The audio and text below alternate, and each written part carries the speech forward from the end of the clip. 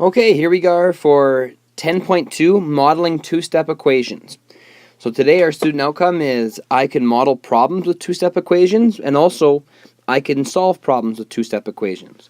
So let's take a look at our first example. Oops, didn't mean to do that one. Now, our first example states 4w plus 3 equals 19. Now, while I say method 1, this is actually the only method to solving that I'm going to show you today. So, method 1 actually means the only method. And this is called isolating the variable by applying the opposite operation. So, our question, as I just stated, is 4w, which is our variable, plus 3 equals 19. So, step 1 states do the addition / subtraction first. Okay? Now, this is kind of like the opposite of BEDMAS, because in BEDMAS, you would always make sure you did multiplication division first. Now we're going backwards. Because this 4 is attached to the W, we've got to get the rest of the stuff out of the way first before we can touch this. So because we have addition here, we're going to tackle that first according to step 1. So if I've got 4W plus 3 equals 19, I need to do the opposite of that, right? By the opposite operation. So the opposite of adding 3 would be subtracting 3. Now I've got up here in big letters, remember, what you do to one side, you do to the other. Don't forget that. I'm going to keep repeating that. What you do to one side, you do to the other. So over here, we subtracted 3, which is a pretty crappy subtraction sign if you ask me, but apparently I can't erase it. So imagine that's a subtraction sign. Because I did that there, we've got to do it to this side as well. So now we've got 3 minus 3, which will then cancel out because that's 0. And 19 minus 3 is going to give us 17. So our new question looks like this. 4w, because the 3's are gone, equals 19 minus 3, which I lied, is actually 16. I apologize. Apparently I teach math, but I can't do it myself. Let's take a look now at step 2. It says, now do your multiplication and division. Now, before we even start that, let's take a look at this question here. 4w equals 16. That should look familiar to you because that's exactly what we did in 10.1. Right there is just a one-step equation. So all we've got to do is do the opposite operation, either multiplication or division. So 4w equals 16. Well, right now you can see we're multiplying 4w, so the opposite of that would be dividing. Now again, what we do to one side, we do to the other. So we've divided by 4 on the left. On the right, we're also going to divide by 4. When we do our work, 4 divided by 4 just gives us 1. So now w is on its own there. 16 divided by 4 is 4. So we know now w is 4. Now, as we did in 10.1, there's one more step here to check our work. So we said w equals 4. Well, this question stated that 4w plus 3 equals 19. Well, if we substitute 4 in there, 4 times 4 plus 3 equals 19. 4 times 4 is 16 plus 3 equals 19.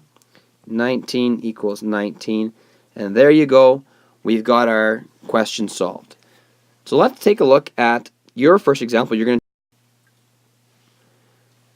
first example is going to be 6r plus 6 equals 18. So what you can do is pause it here and then check out the solution when you're ready. Okay, so we know from our example, the first thing we've got to do is take care of our addition and subtraction by doing the opposite operation. Well, because that's adding a 6, we're going to subtract a 6. And because what we do to one side, we have to do to the other, we're going to subtract 6 from that side. So now we're looking at this. 6 minus 6 here is going to be 0. That crosses out. And 18 minus 6 is 12. So now we've got 6r equals 12. Now we're back to our one-step equation like in 10.1. Now we're just doing the opposite operation again, but this time it's a multiplication one because it's 6 times r equals 12. Well, opposite operation would be division. So there we go. And what we do to one side, we have to do to the other. So when we do the work now, 6 divided by 6 just leaves us with r. And 12 divided by 6 leaves us with 2. Now we know r equals 2. Last step is to check our work. So we've got 6 times 2 plus 6 equals 18. 6 times 2 is 12 plus 6 equals 18. And what do you know? 18 equals 18. We've got the right answer. Let's try another one.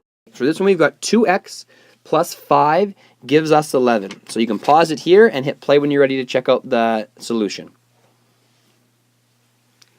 Okay, so just like before, we have to deal with our addition and subtraction first. So when we look at this question, that's adding 5. So we need to do the opposite operation, which is subtracting 5. And whatever we do to one side, we do to the, yes, that's right, it's the other. So subtract 5 from that side. 5 minus 5 is 0. So now we just have 2x on that side. And 11 minus 5 is 6. Now we're doing it again here. We've got multiplication happening with our 2 onto the x. We got to do the opposite operation again. Well, the opposite of multiplication is division. So we got our division there.